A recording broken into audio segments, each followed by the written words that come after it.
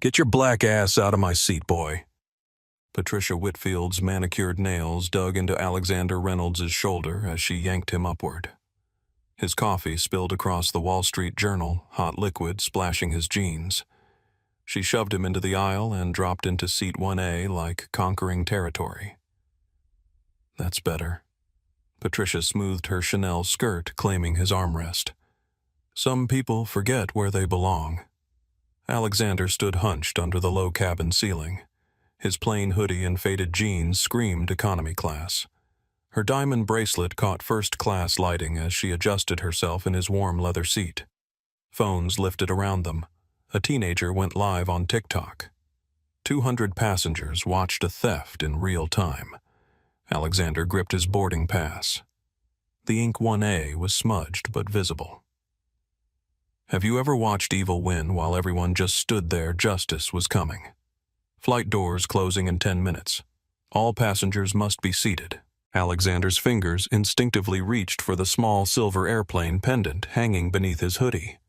A gift from his father 30 years ago when they'd watch planes take off from their apartment near the airport. Remember, son, no matter how high those planes fly, someone still has to clean them, his father had said, returning home in his janitor's uniform. But someday you might be the one flying them. Today, Alexander wasn't just flying. He owned the skies. But Patricia didn't know that. Nobody did. Not yet. The morning had started routinely enough. Alexander had deliberately dressed down as he often did for his unannounced flight evaluations. The casual clothing was strategic. He wanted to experience Sky Global as an ordinary customer, not as its chief executive. The hoodie and jeans had been his uniform throughout the early days of building the airline from nothing. Even now, with billions in assets, he felt most authentic in these clothes. As he waited to board, Alexander had questioned whether these undercover assessments were still necessary. Perhaps he was being overly vigilant. The company had policies in place after all. But something kept nagging at him. Reports from minority passengers that didn't align with the glowing reviews from others.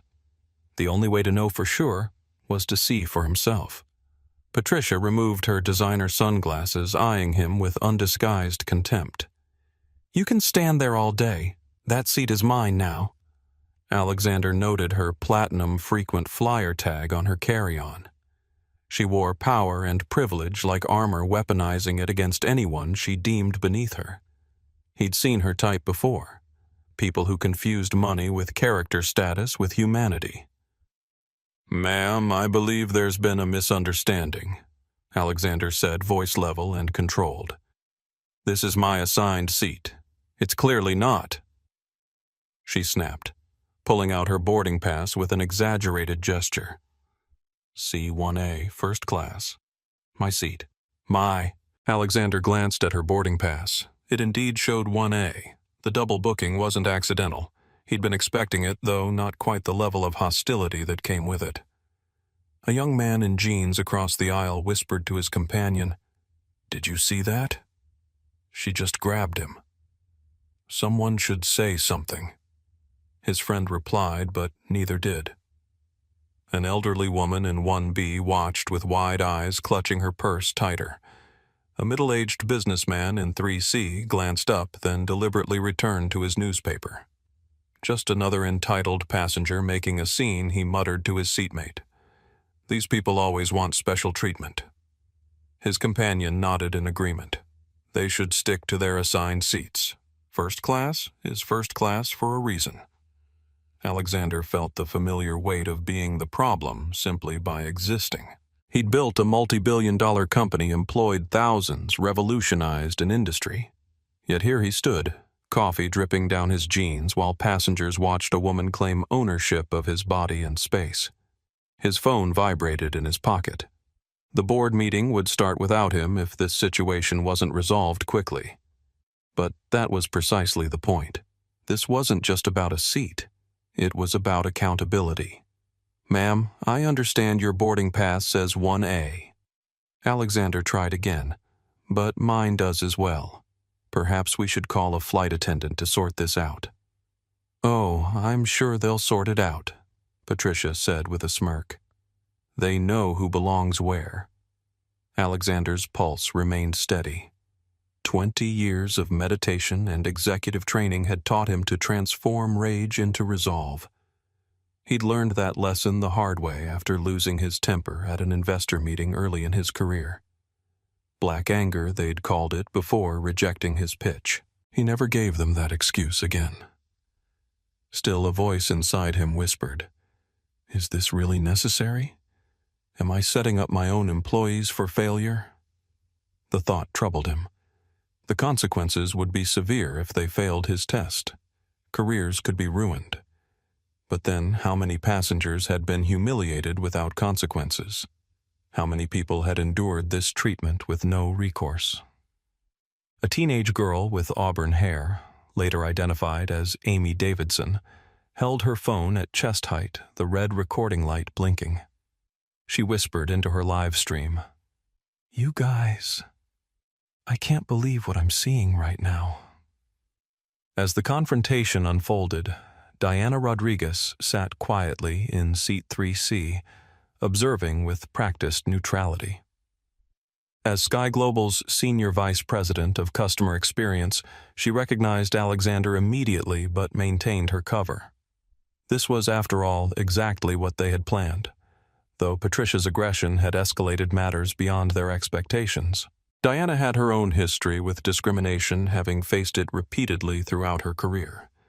Born to immigrant parents who worked as hotel housekeepers, she had climbed the corporate ladder through sheer determination and brilliance.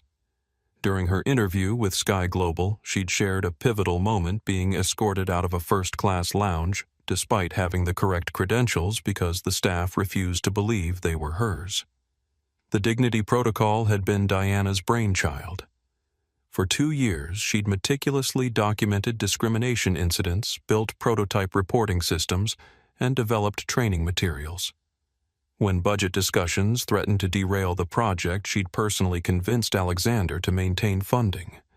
Today was the culmination of those efforts, a real-world test of whether Sky Global's culture truly aligned with its stated values. Flight attendant Patricia called out sharply, snapping her fingers in the air. "We have a situation here." Alexander stood calmly, one hand still touching the hidden pendant beneath his hoodie. The metal was warm against his fingertips, grounding him as passengers stared. Some looked away in embarrassment. Others filmed openly now. The tension in the cabin thickened with each passing second. Flight attendant Jessica Martinez rushed toward the commotion, her Sky Global uniform pristinely pressed, her dark hair pulled back in a regulation bun. She spotted Patricia settled comfortably in 1A and Alexander standing awkwardly in the aisle. "Ma'am, I'm so sorry about this disruption." Jessica's voice dripped sympathy as she touched Patricia's shoulder. "Are you okay?" Alexander stepped forward, boarding pass extended. "This is my assigned seat. 1A. Jessica barely glanced at the paper. Her eyes swept over his hoodie, his scuffed sneakers, his dark skin. "Sir, I think there's been a misunderstanding. Economy class is toward the back of the aircraft." Finally, Patricia sighed dramatically. "Someone with common sense. Could you please look at my boarding pass?"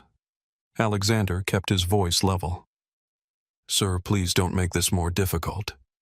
Jessica positioned herself between Alexander and the seat. "I'm sure your actual seat is very comfortable." Behind them, passengers whispered. Phones emerged from pockets. Amy Davidson's TikTok live stream now had 300 viewers and climbing rapidly. "I don't understand the confusion," Alexander said quietly. "My ticket clearly shows—" "Look at him," Patricia interrupted, gesturing dismissively. "Does he look like he belongs in first class? I'm Diamond Elite status. I've been flying Sky Global for 15 years. Jessica nodded knowingly. "Of course, ma'am. We appreciate your loyalty." "I have the same loyalty program status Alexander offered. If you could just verify, sir, I don't have time for games." Jessica's tone sharpened. "Now please, find your correct seat so we can depart on time." Amy's live stream counter climbed. 500 viewers? 800? 1,200? Comments flooded the screen.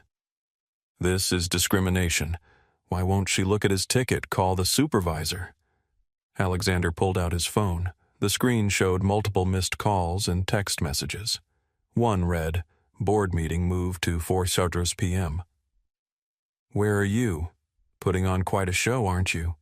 Patricia smirked, pretending to be important. Jessica noticed Alexander's expensive-looking phone but dismissed it.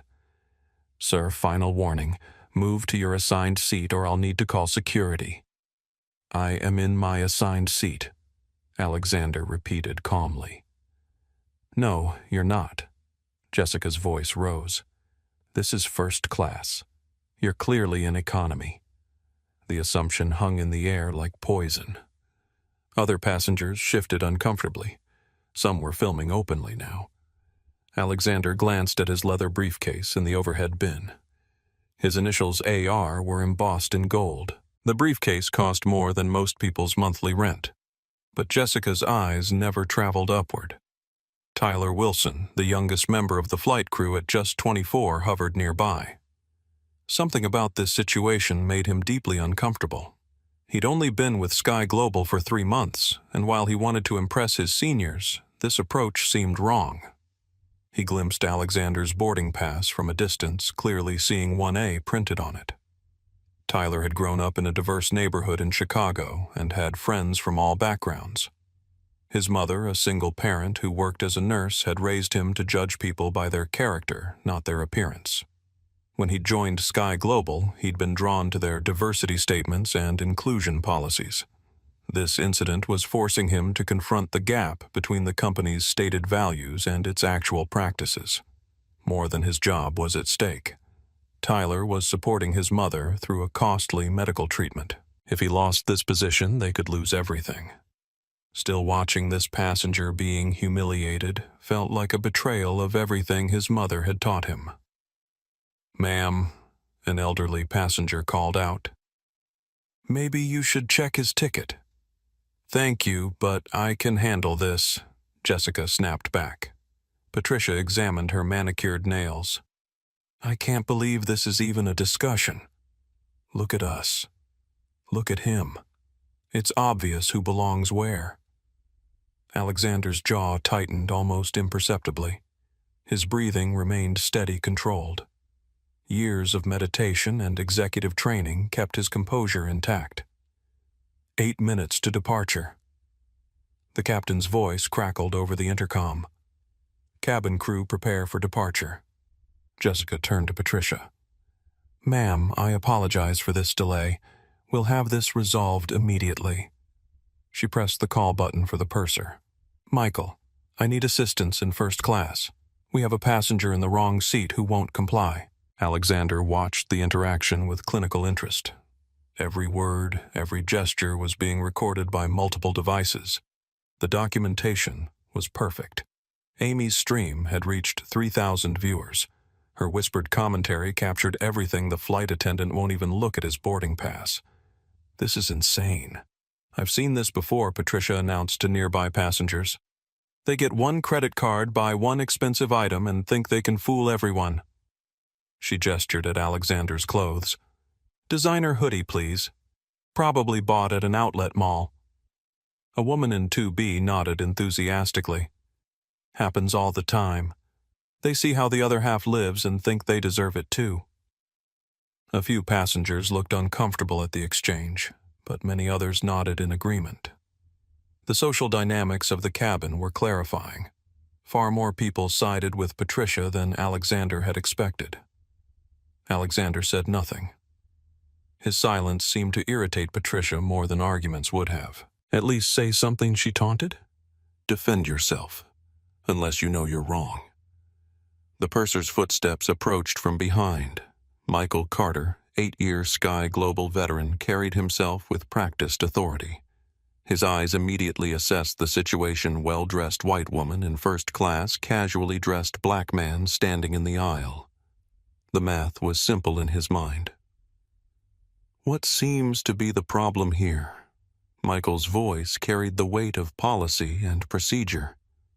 This passenger, Jessica emphasized the word like an accusation, refuses to move to his assigned seat. He's disrupting our departure schedule. Michael didn't ask to see Alexander's ticket, didn't ask for his name or confirmation number. His assumption was instant and complete. "Sir, you need to find your correct seat immediately. We have a schedule to maintain." Alexander extended his boarding pass again. "I am in my correct seat. This is my documentation."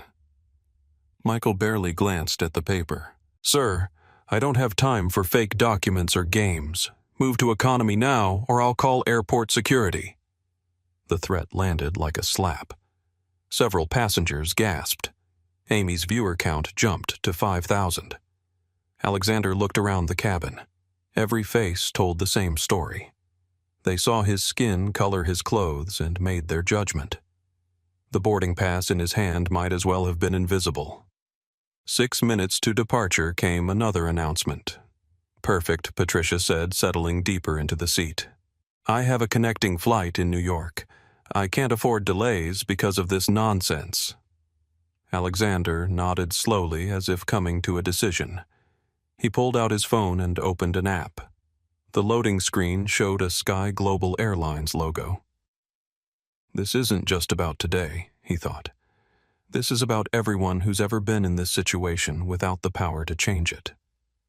Still, the magnitude of what was about to happen weighed on him. Michael had a family. Jessica would lose income. Did the punishment fit the crime? Would ruining careers truly create meaningful change? "What's he doing now?" Jessica muttered to Michael. "Probably calling someone to complain," Michael replied dismissively. "They always do."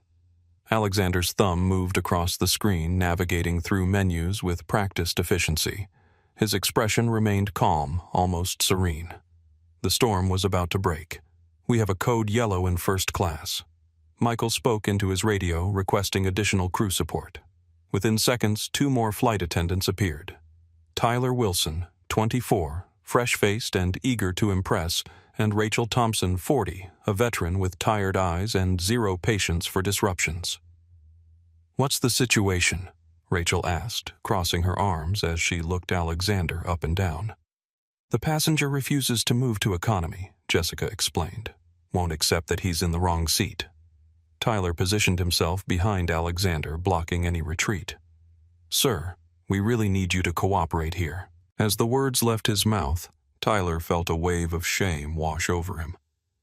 This wasn't who he was or how he'd been raised. He was going along with something that felt fundamentally wrong simply because he was afraid to be the one who questioned authority. The realization made him feel physically ill. 4 crew members now formed a semicircle around Alexander in the narrow aisle. Patricia watched from her stolen throne, a satisfied smile playing on her lips. "This is embarrassing," she announced loudly. "I'm trying to get to an important business meeting, and this man is holding up the entire flight with his delusions."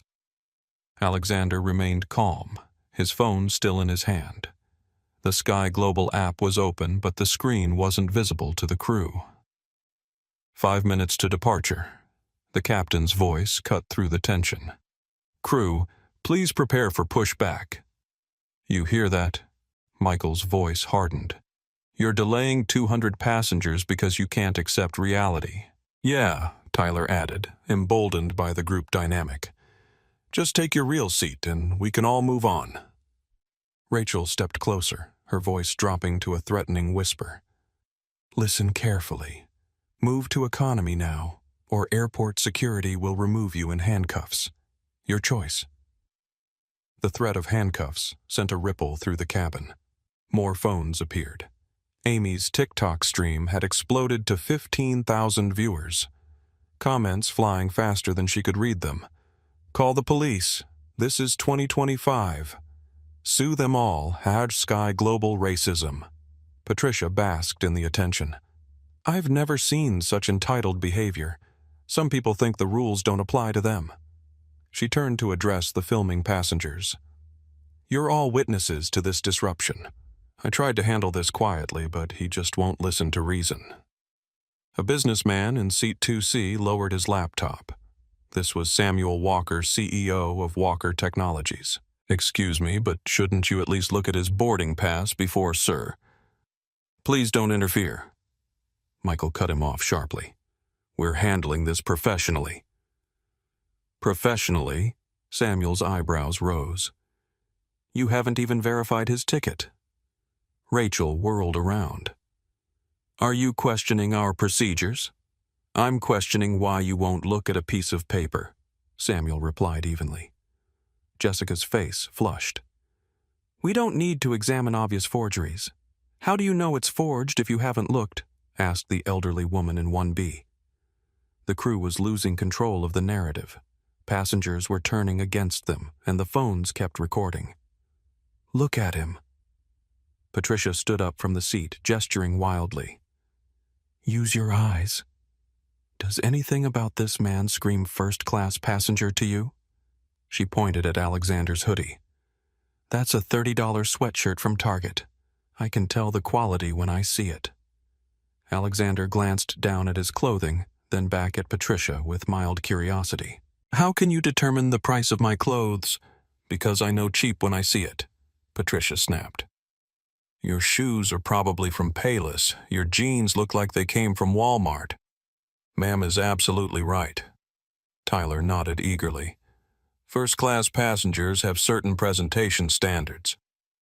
Rachel crossed her arms. "We're trained to identify passengers who might be out of place. It's about maintaining the premium experience for legitimate customers." Alexander's phone buzzed with notifications. Text messages, missed calls, emails marked urgent. One message preview was visible. Board meeting moved to 4:00 p.m., where Patricia spotted it and laughed. "Oh, look, he's got someone texting him about a board meeting. How cute. Probably his supervisor at McDonald's." Several passengers shifted uncomfortably at the cruelty, but the crew seemed energized by Patricia's confidence. Sir Michael's patience had evaporated. "This is your final warning. Security is already on their way up the jet bridge." "Actually," Alexander said quietly, "I'd like them to see this." His calm response seemed to unnerve the crew. They'd expected anger arguments, threats of lawsuits. Instead, he stood there like he was collecting evidence. "See what Jessica snapped? You making a fool of yourself? Him proving he doesn't belong here?" Patricia added with a laugh. "Look at him. Really look. Does anything about this man say first class to you?" She gestured dramatically at his appearance. "The shoes alone tell the whole story." "Those aren't first-class shoes," a teenage passenger whispered loudly. "This is so messed up. They're being totally racist." Tyler spun around. "Excuse me. We're following standard protocols here. This has nothing to do with race." "Then why won't you look at his ticket?" the teenager shot back. "Because we can tell when someone's lying," Rachel replied coldly. "It's called experience." Alexander glanced down at his comfortable walking shoes, then back at Patricia. Still no anger in his expression. If anything, he looked satisfied. "Ma'am has a point," Rachel said. "First-class passengers dress appropriately. They understand the environment they're entering." "Exactly." Tyler nodded eagerly. "It's about respect. Respect for the airline. Respect for other passengers. Respect for the premium experience." Amy whispered to her live stream. "This is the most racist thing I've ever seen in person. They won't even look at his ticket." Her viewer count hit 25,000. The hashtag #SkyGlobalDiscrimination was starting to trend on Twitter. Michael keyed his radio again. "Security, what's your ETA to gate A12? 2 minutes out came the crackling response. "Perfect." Patricia clapped her hands together. Finally, some professional handling of this situation. She looked directly at Alexander. "I hope you're happy with yourself. Now everyone on this plane knows exactly what kind of person you are." Alexander tilted his head slightly. "What kind of person am I?" The question caught Patricia off guard. She'd expected denial, not curiosity. "You're the kind who lies," she said, regaining her composure. "Who tries to take what isn't yours? Who thinks you can fool people with fake documents and sob stories?" "I haven't told any stories," Alexander observed quietly. Your whole presence here is a story Patricia shot back. A fantasy where you belong in first class. Well, reality is about to knock. The crew nodded in agreement. They'd created a unified narrative Alexander was a fraud. They were the heroes maintaining order. Heavy footsteps echoed from the jet bridge. 2 airport security officers appeared at the aircraft door, their radios crackling with status updates. "There he is," Jessica pointed at Alexander like identifying a criminal. The passenger causing the disruption. Officer Jackson, a black man in his 40s, approached with his partner Officer Rivera, a Hispanic woman with kind eyes but firm demeanor. "What seems to be the problem here?" Officer Jackson asked professionally. Michael launched into his prepared explanation. "The passenger refuses to move to his assigned seat. Claims this first-class seat belongs to him despite obvious evidence to the contrary." "What obvious evidence?" Officer Rivera asked. The crew exchanged glances. They'd been so confident in their assumptions they hadn't considered someone might ask for actual proof. "Well," Jessica stammered. "I mean, look at him." Officer Jackson's expression hardened slightly. "Ma'am, I need specific evidence, not observations about appearance." Patricia sensed the crew's hesitation and jumped in. "Officers, I've been patient, but this man has been harassing me for 10 minutes. I just want to sit in the seat I paid for." "Ma'am, we understand," Officer Rivera replied. Then to Alexander. "Sir, your boarding pass, please." Alexander handed over the crumpled paper. Officer Rivera examined it carefully, her brow furrowing as she read. The aircraft had gone almost silent except for the hum of electronics and whispered commentary from filming passengers. Officer Rivera looked at the boarding pass again, then at Alexander, then at Patricia, sitting in 1A. Her expression shifted from professional neutrality to confusion. "This boarding pass says seat 1A, she said slowly. Michael stepped forward desperately. Obviously forged. "Look at him. Does he look like he can afford first class?" "That's not how we determine." Officer Rivera began, but Patricia cut her off. "Please, officer, use common sense here. I'm a Diamond Elite member. I've been loyal to Sky Global for 15 years. Why would I lie about my seat?" She pulled out her phone, showing her Sky Global app. "Look, here's my boarding pass. Seat 1A, first class." Officer Jackson examined Patricia's phone, then looked back at Alexander's paper boarding pass. The situation was becoming more complex than a simple seating dispute. Sir Officer Jackson addressed Alexander. "Can you show us some ID and explain how you obtained this boarding pass?" Alexander reached slowly into his pocket, his movements deliberate and calm. The entire cabin watched as he withdrew his wallet, but instead of pulling out a driver's license, his fingers moved to a different pocket to his phone. Actually, Alexander said, his voice carrying a new quality. Quiet authority that made everyone lean in. "I think there's something you all need to see first." The app on his phone had finished loading. The storm was about to break. Alexander's thumb moved across his phone screen with practiced precision. The Sky Global Airlines app interface shifted, revealing layers most passengers never saw. Executive dashboard, CEO portal, employee management system. The screen filled with corporate data authorization codes and a header that made Officer Rivera's breath catch in her throat. Alexander Reynolds, Chief Executive Officer. Authority level supreme. All access. Employee ID. 00001. Founder. CEO. Direct reports. 37,000 employees. Officer Jackson leaned over his partner's shoulder to see the screen. His professional composure cracked for just a moment. "Sir," he whispered. The change in the security officer's demeanor was immediate and unmistakable. They stepped back slightly, their entire posture shifting from enforcement to deference. Michael noticed the officer's reaction first. "What? What are you looking at?" Alexander held the phone screen toward the purser. Michael's eyes moved across the display, processing each word. His face went from confident authority to confusion to dawning horror in the span of 3 seconds. That can't be. Michael's clipboard slipped from his fingers, clattering to the floor.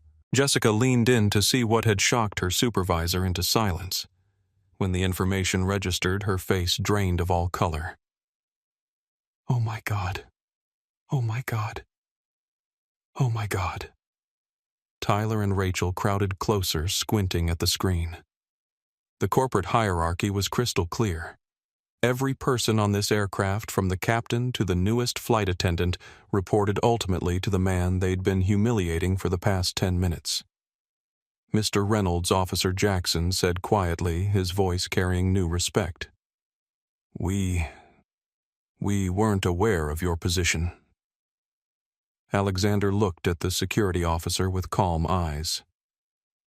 "Of course you weren't. That was entirely the point."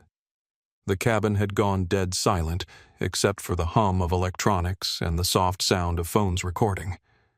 Every passenger sensed the dramatic shift in power, though most couldn't see the phone screen.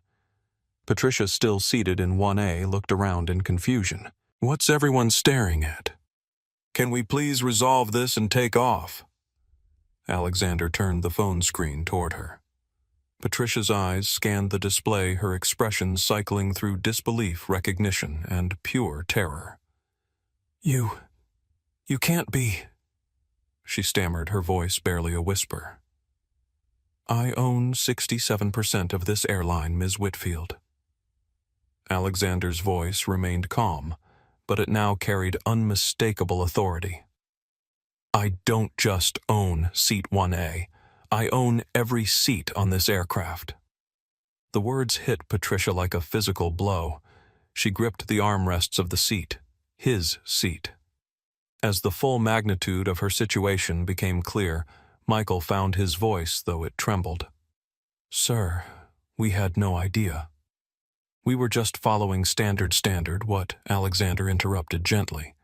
"Standard procedure is to examine passenger documentation before making assumptions. Standard procedure is to treat every customer with dignity and respect." He looked at each crew member in turn. "Instead, you made judgments based on my appearance. You refused to look at my boarding pass. You threatened me with arrest." Jessica's hands were shaking. "Mr. Reynolds, I'm so sorry. We made a terrible mistake." "You made several terrible mistakes," Alexander corrected. "But the biggest one was assuming that respect is earned by appearance rather than humanity." Amy's live stream had exploded to 89,000 viewers. The comment section was moving too fast to read, but the sentiment was clear. Justice was finally coming. Alexander checked his watch, not for departure time, but for something else entirely. His calendar showed a reminder that made several passengers gasp when they glimpsed it. Emergency Board Meeting Discrimination Protocol Review, 4:00 p.m. Legal Department Federal Compliance Violation Report, 4:15 p.m. Media Relations Press Conference Prep, 5:00 p.m. Current time 3:47 p.m. Officer Rivera realized what she was seeing. "Sir, this was planned." Alexander nodded slowly. "I've been conducting unannounced assessments of our passenger experience protocols. Today's test revealed structural failures at multiple levels." Suddenly, a passenger from the back of the cabin stood up. "This is absurd," he shouted. "A CEO setting up his own employees to fail. What kind of leadership is that?" Alexander turned to face the new challenger, a middle-aged man in an expensive suit. The kind of passenger who would never experience the treatment Alexander had just endured. Employees failed when they chose assumptions over evidence, Alexander replied evenly. When they ignored policy in favor of prejudice. "I didn't create this situation. I merely experienced what countless passengers face daily." "You're deliberately dressed to provoke this reaction," the man argued. "This is entrapment, plain and simple." Several passengers murmured in agreement. The cabin was dividing into factions. those horrified by the discrimination they'd witnessed and those uncomfortable with the public reckoning now unfolding. "Is it entrapment to expect employees to follow basic verification procedures?" Alexander asked. "To treat all passengers with dignity regardless of appearance?" The man had no ready answer to that, but the confrontation had complicated the narrative. This wasn't a simple story of right and wrong, but a complex question of accountability and fairness. Alexander turned back to the crew. "The question isn't whether I set you up to fail. The question is why you failed so spectacularly at the most basic aspects of your job." The crew stood frozen, understanding that they'd walked into a carefully orchestrated evaluation and failed spectacularly. Patricia tried to stand from the seat, but her legs were unsteady.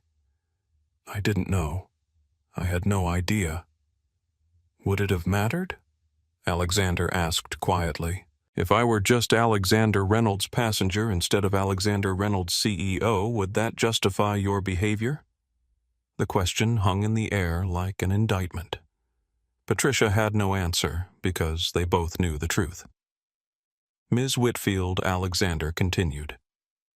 "You're currently sitting in seat 1A, which is reserved exclusively for the chief executive officer when traveling. You've been occupying the CEO's personal seat." Patricia looked down at the leather seat as if it had suddenly become molten. Everything about her situation, her assumptions, her cruelty, her public humiliation of this man, crashed down on her at once. Michael desperately tried to salvage his career. "Sir, if we could speak privately, I'm sure we can resolve this misunderstanding." "There's no misunderstanding," Alexander replied. "You and your crew discriminated against a passenger based on race and perceived social class. That discrimination happened to target your own chief executive officer." He gestured to the cameras still recording. But more importantly, it was captured by dozens of witnesses and broadcast live to nearly 100,000 viewers. Rachel found her voice. "Mr. Reynolds, please, we can fix this. We can make this right." Alexander looked at her with something that might have been pity. "Ms. Thompson, you threatened to have me removed in handcuffs for sitting in my own seat. How exactly do you propose to make this right?" The crew had no answer. They'd crossed lines that couldn't be uncrossed, made assumptions that revealed their deepest biases, and done it all while being recorded. Officer Jackson cleared his throat. "Sir, what would you like us to do about this situation?" Alexander considered the question. Around him, 200 passengers waited to see how power would be wielded when the tables turned. Was he being too harsh? The thought flashed through his mind. Michael had a family to support. Jessica would face financial hardship. Were their actions truly unforgivable or merely human failings that deserved a second chance? Then he remembered all those who had faced this treatment without any recourse. The countless passengers humiliated with no cameras recording, no CEO authority to invoke, no justice available. "Officer Jackson, I'd like you and Officer Rivera to witness what happens next.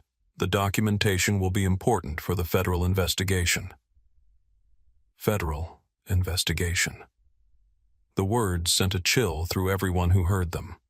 Alexander opened his phone again, this time to the contacts list. The screen showed names that made the crew's remaining hope evaporate. Legal Department, Direct Line Human Resources, Emergency Protocol Media Relations, Crisis Management Board Chair, Immediate Response. "Ladies and gentlemen," Alexander announced to the cabin, his voice carrying the authority of ownership, "I apologize for this delay. What you've witnessed today is exactly why structural change is necessary in corporate America." He looked at Patricia, still frozen in his seat. "Ms. Whitfield, you have approximately 30 seconds to return to your actual assigned seat before I make the first of several phone calls." Patricia's expensive composure cracked completely. "Please, I'm sorry. I'm so sorry. I didn't mean—" "You meant every word," Alexander said quietly. "The question now is what happens next." The entire cabin held its breath as justice prepared to be served. Alexander pressed the first number on his phone. The call connected immediately, broadcasting on speaker for the entire cabin to hear. Alexander Reynolds' office legal department. This is Victoria Hendricks. Victoria, this is Alexander. I'm currently on flight 447 and I need you to prepare immediate documentation for a federal discrimination case. The lawyer's voice sharpened with concern. Sir, what's the situation? I've just been discriminated against by 4 of our own crew members and a passenger. The incident was captured on multiple devices and is currently being live-streamed to over 100,000 viewers. Victoria's silence lasted 3 seconds, an eternity in legal terms. Sir, I'll have a full legal team standing by within the hour. Are you injured? Not physically, but our company's reputation and federal compliance status are in serious jeopardy. Alexander looked directly at Michael while speaking. Employee number 47291 just threatened to have me arrested for sitting in my assigned seat. I'll need his complete employment file and termination papers prepared immediately. Michael's face went ashen. Employee number 47291. Alexander knew his employee ID from memory. Mr. Reynolds, Michael whispered desperately, please, I have a family. I have a mortgage. My wife is pregnant with our second child. I was just following what I thought was protocol. The mention of Michael's family gave Alexander pause.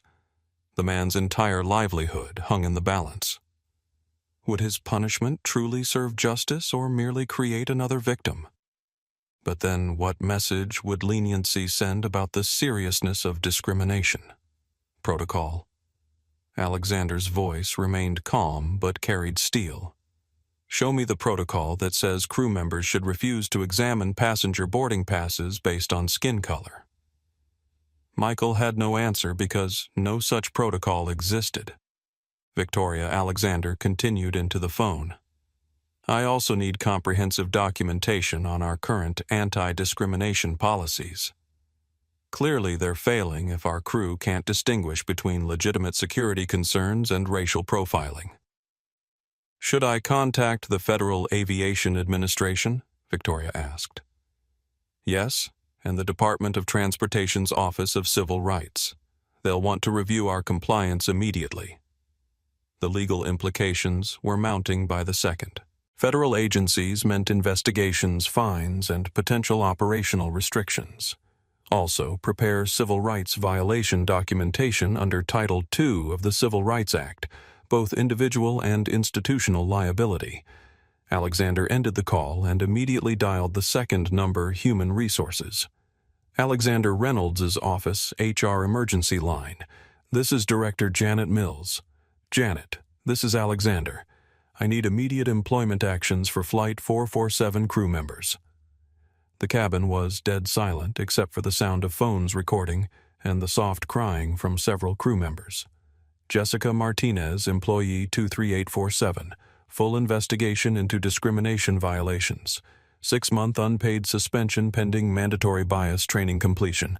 She must pass a psychological evaluation before reinstatement consideration. Jessica's knees buckled. 6 months without pay would mean losing her apartment, possibly her car. Tyler Wilson, Employee 19293. 1-year probation with mandatory weekly counseling sessions. Diversity training certification required monthly. Any future incident results in immediate termination. Tyler nodded frantically, grateful to still have employment. His mind raced. His mother's medical treatments cost $2,000 a month. At least he still had his job, but probation meant no advancement, no raises. They would barely scrape by. Rachel Thompson, Employee 31456. Mandatory 100-hour bias training program, professional counseling evaluation, and demotion from senior flight attendant. Salary reduction of 15% for 2 years. Rachel's face crumpled. 15 years of career advancement wiped out by 10 minutes of prejudice. And Michael Carter, Employee 47291. Alexander's voice carried finality. Immediate termination with cause. 0 severance, forfeiture of all benefits including pension contributions and permanent notation preventing rehire anywhere in the aviation industry. Michael collapsed completely sobbing in the aircraft aisle. Please, Mr. Reynolds, please don't destroy my life. I made a mistake, but I can learn. I can change. My wife doesn't work. She stays home with our son. We have another baby coming. Please. The naked desperation in Michael's voice made several passengers uncomfortable. The public humiliation had shifted from satisfying justice to something that felt excessive. Whispers circulated through the cabin about the punishment being too severe. Alexander felt the weight of the moment. Michael's fate rested entirely in his hands. Was permanent career destruction truly justified for a single incident? The question troubled him deeply. But discrimination wasn't a momentary lapse. It was the manifestation of deep-seated patterns reinforced over years and enacted through countless small decisions. Mr. Carter, you had 8 years to learn. Alexander said, his voice softer but no less resolute. 8 years of mandatory bias training, diversity workshops, and customer service protocols. Instead, you chose to threaten your own CEO with arrest based on assumptions about my race and social class. He turned back to the phone. Janet, implement immediate policy changes. Body camera requirements for all crew members effective tomorrow morning. Any passenger complaint involving potential discrimination must be recorded and reviewed by a bias response team within 24 hours. Budget allocation for the new program, Sir, $75 million annually for the first 3 years. This structural failure ends today. The number sent shockwaves through the listening passengers. $75 million. More money than many small companies saw in their entire existence, dedicated solely to preventing discrimination. Also establish a passenger advocate position in every hub, independent oversight with direct reporting to my office, and create an anonymous bias reporting system with real-time alerts to management. Sir, the operational changes will be significant. Our existing technology infrastructure can't support body cameras for 15,000 customer-facing staff. The bandwidth requirements alone. The operational cost of discrimination is higher. Alexander interrupted. We'll also be implementing quarterly bias assessments for all customer-facing employees. Failure means immediate retraining or termination. Alexander ended the HR call and turned his attention to Patricia, who was still sitting in his seat like she'd been turned to stone. Ms. Whitfield, now we discuss your situation. He pulled up her LinkedIn profile on his phone, turning the screen toward the recording cameras, so Amy's 150,000 livestream viewers could see it clearly. Patricia Whitfield, Senior Marketing Director at Vital Brands Corporation, Corporate Diversity and Inclusion Committee, Chairwoman, recent LinkedIn post, and I quote, "Zero tolerance for workplace discrimination. We must all do better." The hypocrisy was so stark it was almost surreal. A woman who publicly championed inclusion had just committed one of the most blatant acts of racial discrimination many passengers had ever witnessed. Ms. Whitfield, you publicly advocate for diversity while privately telling black men to get their black ass to the back of the plane. Your employer will find this interesting. Patricia's carefully constructed professional facade was disintegrating in real time. Please, I didn't mean. I'm not usually like this. I was frustrated about a delayed connection. I would never normally. You meant every word, Alexander said quietly. The question is what happens next. He pulled up his contacts again, showing her a name, Vital Brands Executive Relations, direct line. I can make one phone call and end your career today. Your company has a zero-tolerance policy for discrimination, don't they? Patricia nodded miserably. Or, Alexander continued, you can choose accountability over denial. You have 2 options. The entire cabin leaned forward. Justice was about to be precisely measured. Option 1. Alexander said, his voice carrying throughout the now silent cabin. You record a public apology that will be shared across all social media platforms. You complete 200 hours of community service specifically at civil rights organizations. You undergo 6 months of professional bias counseling. You accept lifetime monitoring status on all flights, meaning every interaction you have with airline staff will be documented. Patricia's mouth opened wordlessly. Additionally, you'll speak at diversity training sessions for corporate executives, sharing exactly what you did and why it was wrong. Your story will become a case study in unconscious bias training. The requirements were comprehensive and humiliating, but not career-ending. Option 2. I file federal discrimination charges under Title II of the Civil Rights Act. You face up to $500,000 in civil penalties under Georgia's hate crime enhancement laws. You receive a lifetime ban from Sky Global and all partner airlines, American, United Southwest, JetBlue, and I personally call your CEO to provide video evidence of today's incident. The second option was professional suicide and financial ruin. Alexander dialed his third number. Media Relations. Alexander Reynolds' Office, Crisis Communications. This is Director Michael Bennett. Michael, this is Alexander. We have a major incident requiring immediate response. I was racially discriminated against by our own crew and a passenger on Flight 447. The incident is viral on social media. Sir, how viral are we talking about? Amy held up her phone showing the viewer counter climbing in real time. 189,000, 195,000, 203,000 people watching live. Currently over 200,000 people watching live across multiple platforms. The hashtag Sky Global Discrimination is trending #1 on Twitter. I need a full press conference set up for 6 p.m. today. Complete transparency protocol. Sir, the stock price implications could be severe. Maybe we should consider damage control messaging first. Alexander's voice carried absolute authority. We're not controlling damage. We're owning our mistakes completely and demonstrating exactly how we're fixing them. Transparency builds trust. Cover-ups destroy companies. The media director's voice was strained. Sir, the board might want to discuss strategic messaging options. I am the board. 67% majority shareholder. This is my decision, and it's final. Alexander looked directly into Amy's phone camera, addressing the live stream audience directly. Ladies and gentlemen watching this stream, what you've witnessed today is exactly why structural change is necessary in corporate America. This wasn't just about one seat on one flight. This was about the assumptions, biases, and casual cruelty that marginalized people face every single day. He gestured to the crew and Patricia. These people made judgments based on my skin color and clothing. They refused to examine evidence. They threatened me with arrest. And they did it confidently because they thought there would be no consequences. The live stream comments were flying too fast to read, but the overwhelming sentiment was clear. Justice was finally being served. Alexander turned back to Patricia.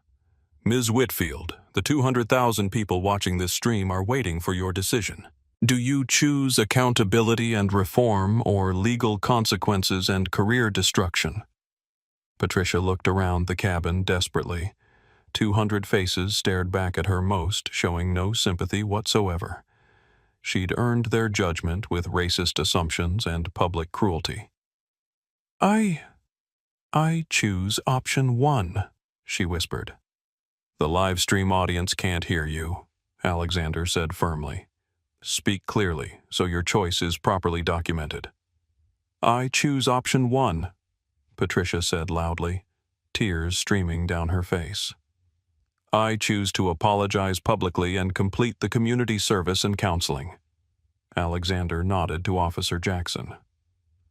Officer, please document that Ms. Whitfield has selected accountability over denial. Her public apology will be recorded and distributed across all social media platforms. He turned to the devastated crew members. As for you four, your employment fates have been determined based on your individual actions and leadership roles in this discrimination. Michael was still collapsed on the floor, understanding that 8 years of career advancement had been destroyed by 10 minutes of biased assumptions.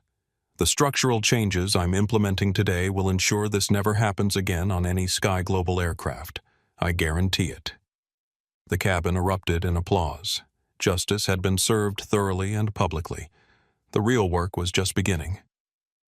Alexander's mind drifted briefly to his childhood. Growing up in the South Bronx, he'd watched his father work double shifts as an airline janitor, coming home with stories about the beautiful planes he cleaned but would never fly in. Those first-class seats, his father would say, cost more than I make in a month. When Alexander was 14, they'd saved for months to buy a standby ticket to visit his grandmother in Atlanta. At the gate, despite having a valid ticket, the agent had refused to believe it was legitimate. "These tickets aren't transferable," she'd said, not even looking at his ID. His father had stood silent, eyes down. That day, Alexander had promised himself two things: he would own an airline someday, and no one would ever feel what he felt in that moment. Now, as he stood in the aisle of his own aircraft, watching justice unfold, he felt his father's presence. The pendant beneath his hoodie seemed warmer somehow. Diana Rodriguez finally stepped forward from her seat, her Sky Global executive credentials now visible around her neck. "Mr. Reynolds, the team is standing by for your instructions regarding protocol implementation." The revelation that a second executive had been observing sent another shockwave through the cabin. This hadn't just been a chance encounter. It had been a coordinated evaluation of the airline's culture. Alexander nodded. "Thank you, Diana. Please prepare the full report for the board. I want video timestamps matched to employee actions, passenger reactions, and protocol violations." "Already in progress, sir," she replied, holding up her tablet. "The documentation is comprehensive." 20 minutes later, the aircraft had been cleared and a new crew boarded. Michael Carter walked past the windows, his face haunted. His 8-year career with Sky Global had ended in complete disgrace. Tomorrow, he would have to tell his pregnant wife they had lost everything: their income, their health insurance, their future security. All because he had failed to verify a boarding pass. Alexander watched Michael's departure with a complex mix of emotions. Was the punishment too severe? Yet how many countless passengers had suffered similar humiliation with no recourse? If Michael faced no meaningful consequences, what message would that send about the seriousness of discrimination? Accountability without destruction, Alexander thought. Perhaps there was a middle path, one that created meaningful change without destroying lives. Something to consider for the future implementation of the Dignity Protocol. Alexander finally took his rightful seat in 1A as Patricia was relocated to 23F, middle seat economy class. The symbolic reversal wasn't lost on the passengers still filming. "Ladies and gentlemen," came the captain's voice over the intercom. "This is Captain Rodriguez. I want to personally apologize for the delay and the unacceptable behavior you witnessed today. Mr. Reynolds, it's an honor to have you aboard." Amy's live stream had stabilized at 287,000 viewers. The comments section was a river of justice-satisfied emojis and demands for accountability across all industries. Diana Rodriguez took the seat beside Alexander. "It was worse than we anticipated," she said quietly. Alexander nodded. "Which means the problem is deeper than we thought. The protocols aren't working because they're treating symptoms, not causes." "The Dignity Protocol?" Diana asked. "Yes, it's time. Full implementation, no exceptions." Diana had first proposed the Dignity Protocol 2 years earlier, after experiencing discrimination herself during a business trip. Born in Puerto Rico to immigrant parents who worked as hotel housekeeping, she had risen through the ranks of the corporate world through sheer determination and brilliance. The turning point had come during a first-class flight to Tokyo. Despite her executive credentials, the crew had repeatedly served the white businessman next to her while ignoring her requests. When she'd finally complained, the flight attendant had suggested she might be more comfortable in premium economy where people like her usually sat. That experience had catalyzed Diana's development of the Dignity Protocol, a comprehensive framework designed to eliminate discriminatory treatment through a combination of technology training and accountability structures. The core elements included universal verification procedures for all passengers regardless of appearance, body cameras for all customer-facing staff to document interactions, real-time reporting system allowing passengers to flag discriminatory treatment, independent passenger advocates in each hub with direct reporting to executive level, quarterly bias assessments for all employees with mandatory retraining for failures, comprehensive database tracking patterns of discrimination by location, employee and passenger demographics. The pilot implementation in 3 airports had shown promising results, reducing discrimination complaints by 62%. But resistance from middle management, citing costs, technical challenges, and employee privacy concerns, had stalled full deployment. Today's incident would change that. "What about the cost objections?" Diana asked. "The finance team has been fighting the body camera requirement for months." "Let them watch today's live stream," Alexander replied. "Then ask them to calculate the cost of this kind of publicity. I think they'll find $75 million is a bargain compared to the alternative." As the plane reached cruising altitude, Alexander pulled out his laptop and began typing. Within minutes, he'd drafted a company-wide email that would reach all 37,000 Sky Global employees before the aircraft reached New York. The subject line read, "Immediate implementation, zero-tolerance discrimination protocol. Effective immediately. Sky Global Airlines implements the most comprehensive anti-bias program in aviation history," Alexander typed. Today's incident revealed structural failures that end now.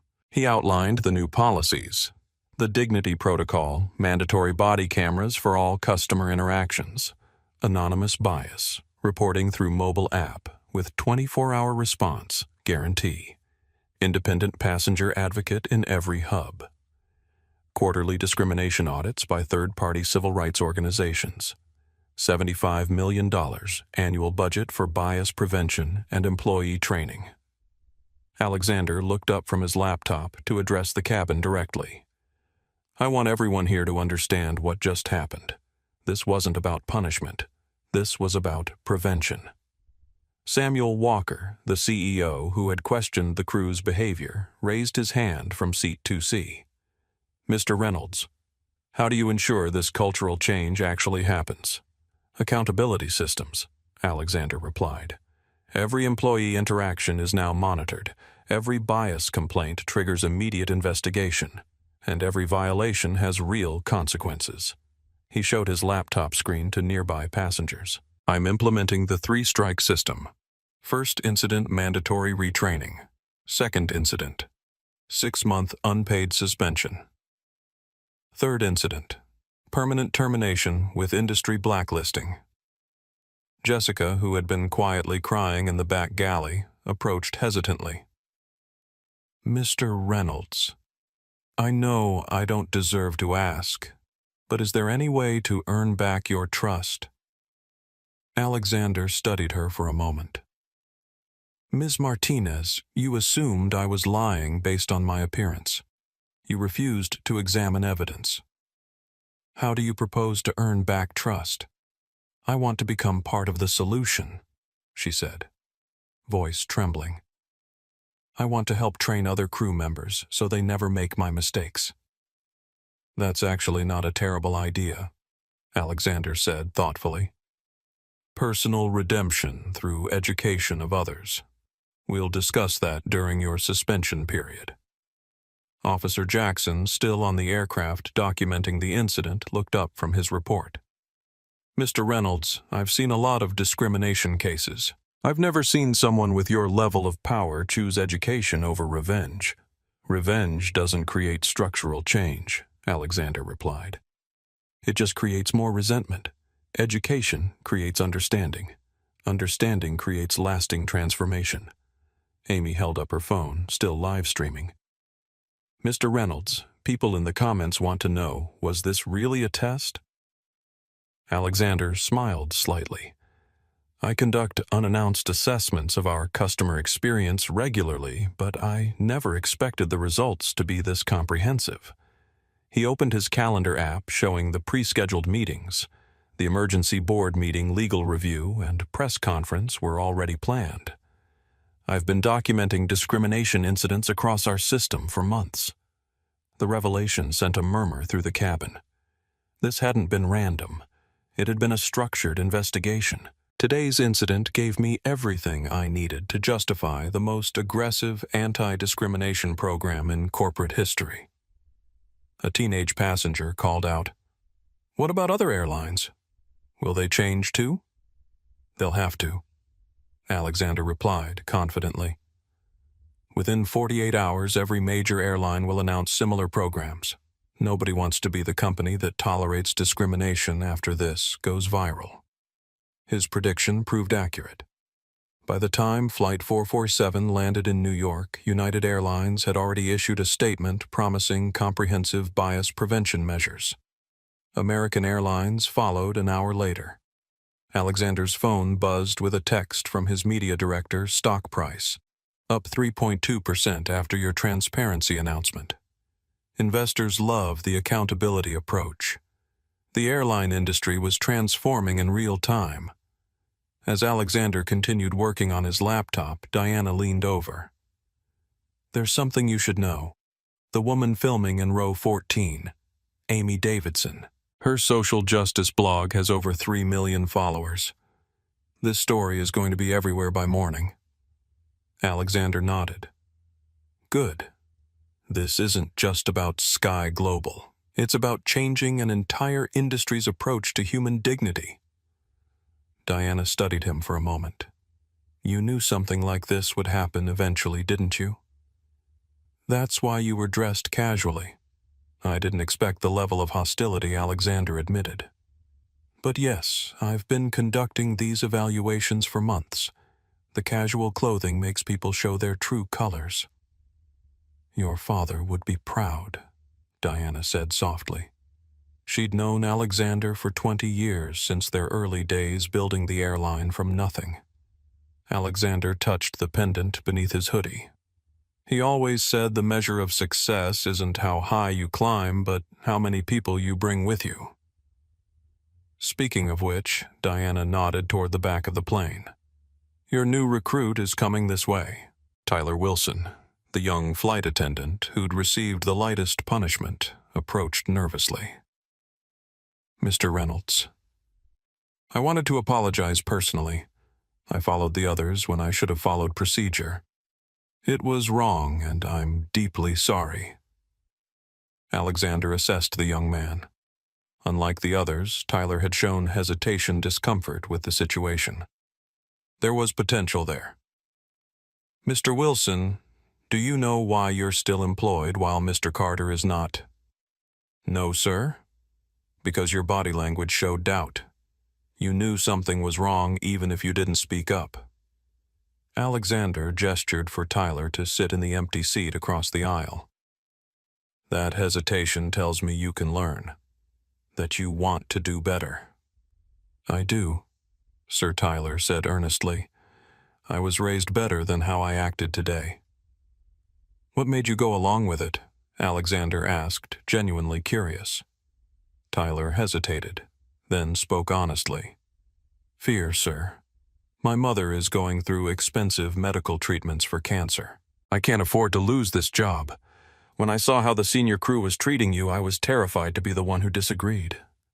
His voice dropped to a whisper. "But seeing you standing there being treated that way, it reminded me of how my best friend in high school was treated at a restaurant once.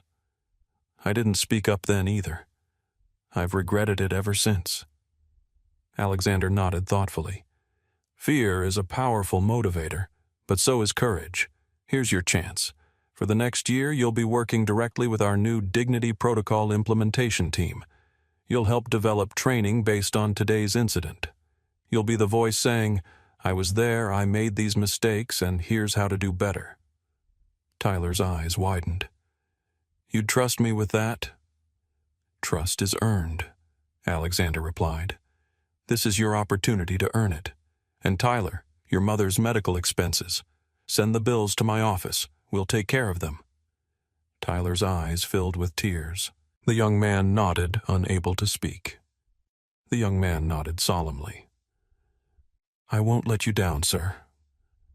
As Tyler returned to his position, Patricia approached from economy class. Her designer confidence had been completely stripped away.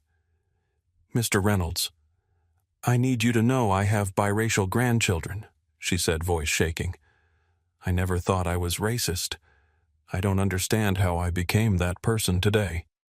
Alexander looked at her with something approaching sympathy. "Ms. Whitfield, racism isn't always conscious. Sometimes it's learned assumptions we don't even recognize. That's why the counseling requirement exists. Will you tell Vital Brands what happened? That depends entirely on how seriously you take your rehabilitation," Alexander replied. "Demonstrate real change, and your employer never needs to know the details. Continue the patterns that brought you here, and the video speaks for itself." The conditional mercy was more than Patricia had dared hope for. Alexander returned to his laptop, drafting the press release that would reshape corporate discrimination policies nationwide. Sky Global Airlines announces revolutionary dignity in travel initiative following CEO discrimination incident. The statement was brutally honest about the failures while positioning Sky Global as the industry leader in bias prevention. Every detail of the incident would be public record, but framed as a catalyst for positive change. Officer Rivera finished her documentation and approached Alexander. "Sir, I've been in law enforcement for 15 years. I've never seen someone turn a discrimination incident into industry-wide reform in real time. Officer Rivera, change happens when people with power choose to use it responsibly," Alexander replied. "Today, I had the power to create lasting transformation. Tomorrow, that example might inspire others to do the same." As the aircraft descended toward JFK Airport, Alexander reflected on the day's events. One seat dispute had become a corporate revolution. One moment of documented bias had triggered industry-wide policy changes. His phone showed 47 missed calls from reporters, 23 interview requests, and 156 messages from civil rights organizations praising the transparency approach. The teenager Amy, still live streaming to over 300,000 viewers, asked the final question. "Mr. Reynolds, what do you want people to remember about today?" Alexander thought carefully before responding. "I want people to remember that dignity isn't negotiable. Respect isn't earned through wealth or status. It's the birthright of every human being." He looked around the cabin at the faces still processing the dramatic transformation they'd witnessed. "And I want people to remember that real change is possible when we choose accountability over defensiveness, education over revenge, and structural reform over individual punishment." The aircraft touched down in New York as the sun set over Manhattan. Flight 447 had become more than transportation. It had become the catalyst for a civil rights revolution in corporate America. Justice had been served comprehensively and publicly.